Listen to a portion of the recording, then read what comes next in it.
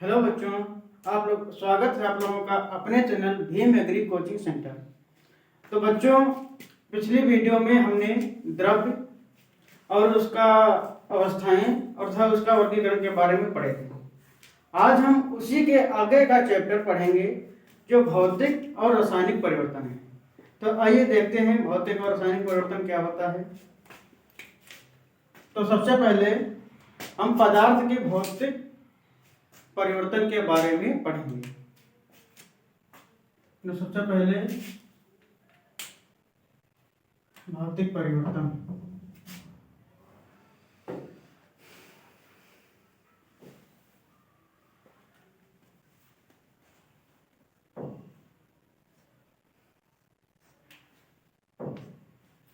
हाँ तो बच्चों, देखते हैं भौतिक परिवर्तन।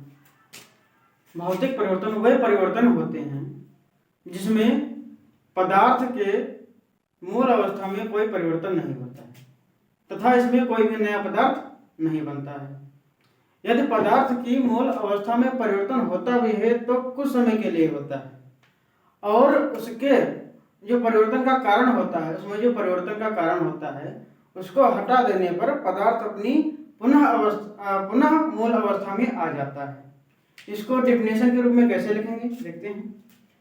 भौतिक परिवर्तन वह परिवर्तन है जिसमें किसी पदार्थ के भौतिक गुणों में परिवर्तन होता है तथा इसके आंतरिक संरचना पर कोई प्रभाव नहीं पड़ता है। इसे ही भौतिक परिवर्तन कहते हैं। अब इसको हम एग्जाम्पल के थ्रू समझेंगे। जैसे एग्जाम्पल है इसका NH4Cl गिव जाओ यहाँ पर NH3 प्लस HCl बनेगा। तो बच्चों, इसमें अब एक नया पदार्थ बना है लेकिन ये कुछ समय के लिए बना है। यदि इसको हम पुनः उसी फॉर्म में लाना चाहेंगे तो आ सकता है। और दूसरा इसका देखते हैं, जैसे बल्ब का जलना। दूसरा है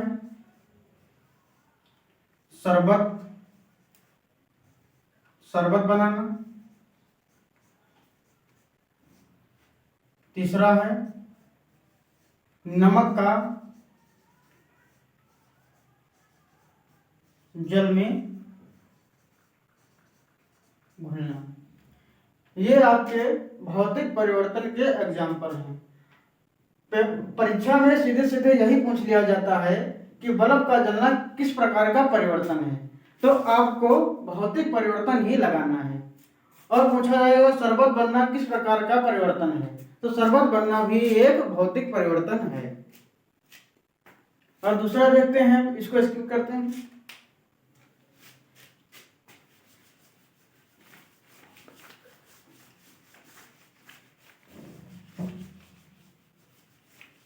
दूसरा हमारा परिवर्तन है रासायनिक परिवर्तन।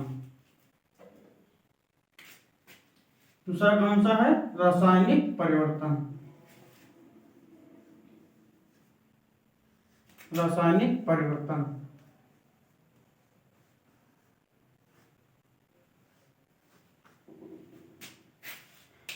अब इस परिवर्तन में एक नया पदार्थ बनता है और जो नया पदार्थ बनता है उसको मूल अवस्था में नहीं लाया जा सकता है, उसे ही रासायनिक परिवर्तन कहते हैं। अब इसकी डेफिनेशन किस प्रकार लिखेंगे देखते हैं।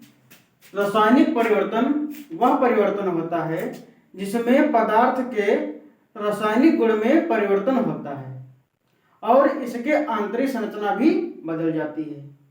इसे रासायनिक परिवर्तन कहते हैं और इसमें एक नया पदार्थ भी बनता है। इसको एग्जाम्पल थ्रू देखते हैं। जैसे इसका पहला एग्जाम्पल है गन्ने के रस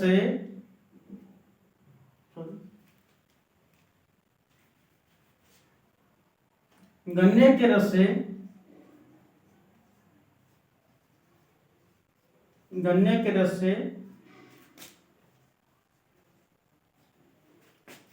शराब का बनना। शराब सिरके का बनना। और दूसरा है इसका एग्जाम्पल, दूध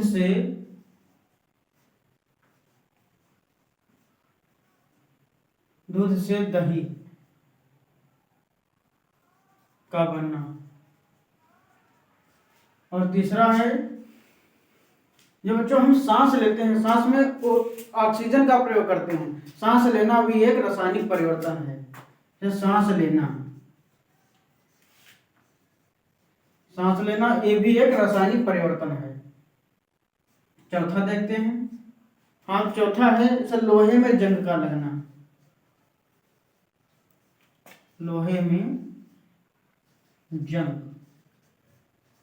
का लगना, ये भी आपका एक रासायनिक परिवर्तन है। तो बच्चों अब इसको हम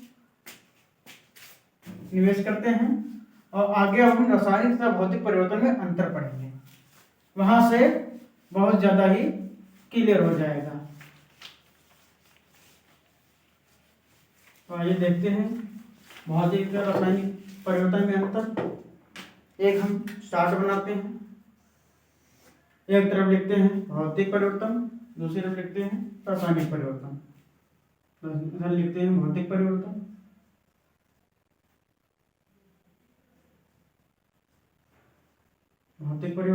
और इधर लिखते हैं रासायनिक परिवर्तन।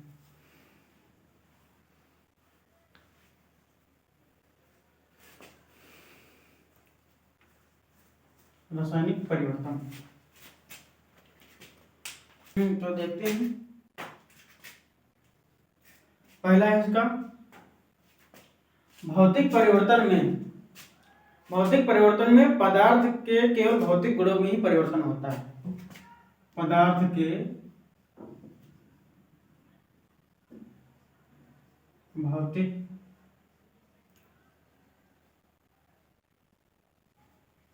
गुणों में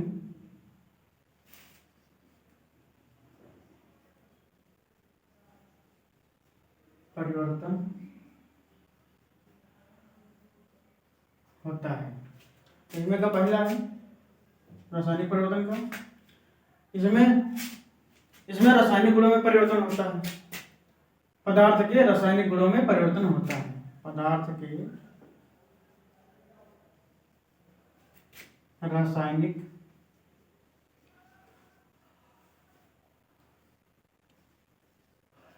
गुणों में परिवर्तन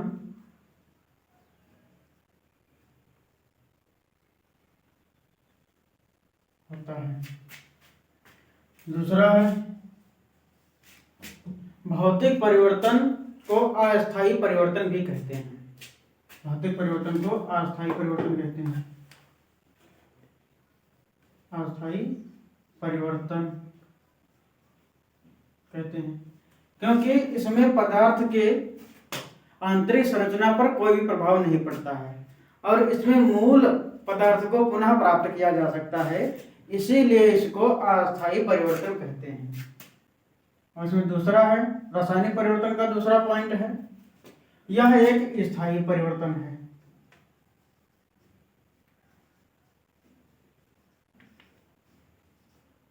इसमें पदार्थ के मूल अवस्था को नहीं प्राप्त कर सकते क्योंकि पदार्थ के आंतरिक संरचना में परिवर्तन हो जाता है, इसीलिए इसको स्थायी परिवर्तन कहते हैं। अब अगला पॉइंट देखते हैं, तीसरा पॉइंट।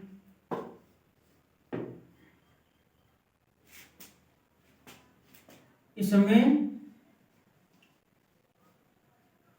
नया पदार्थ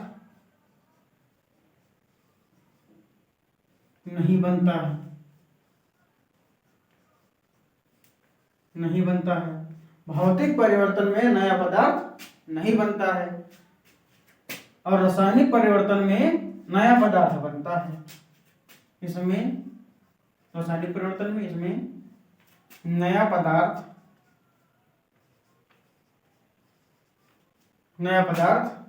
बनता है। अगला देखते हैं चौथा पॉइंट। चौथा पॉइंट है इस परिवर्तन में इस परिवर्तन में ऊर्जा का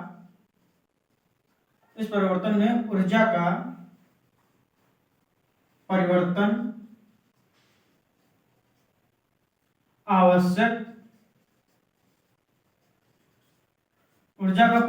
आवश्यक नहीं है। भौतिक परिवर्तन में ऊर्जा का परिवर्तन आवश्यक नहीं है। अब रासायनिक परिवर्तन में देखते हैं। इस परिवर्तन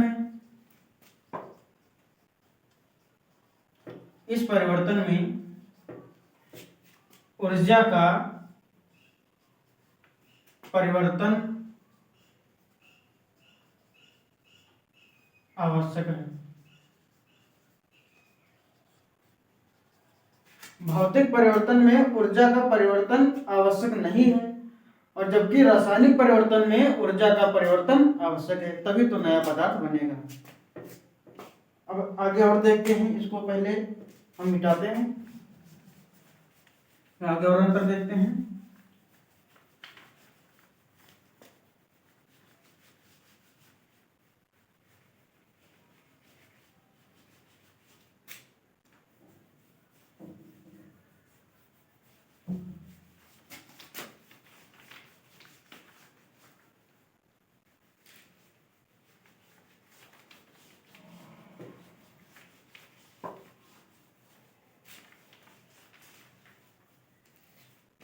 अगला पॉइंट देखते हैं।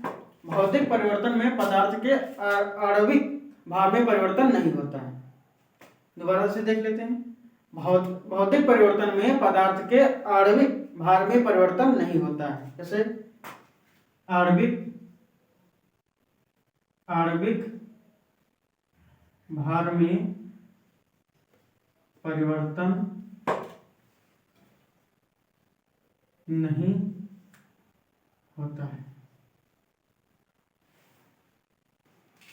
और इस रासायनिक परिवर्तन में पदार्थ के आणविक भार में परिवर्तन होता है, जैसे इसमें होता है। और अगला पॉइंट है, भौतिक परिवर्तन में कोई भी अभिक्रिया नहीं होती है। कोई भी अभिक्रिया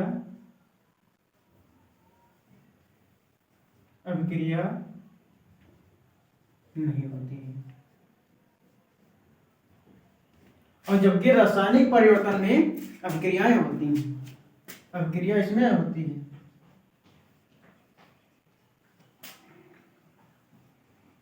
अभिक्रिया होती है। हाँ तो बच्चों, अब आप लोगों का यहाँ पर चैप्टर समाप्त होता है। अब अगला चैप्टर है रासायनिक संयोग के नियम, उसको हम अगले वीडियो में देखेंगे। यदि वीडियो अच्छा लगे तो वीडियो को लाइक करें, शेयर करें और चैनल को सब्सक्राइब करें। Thank you.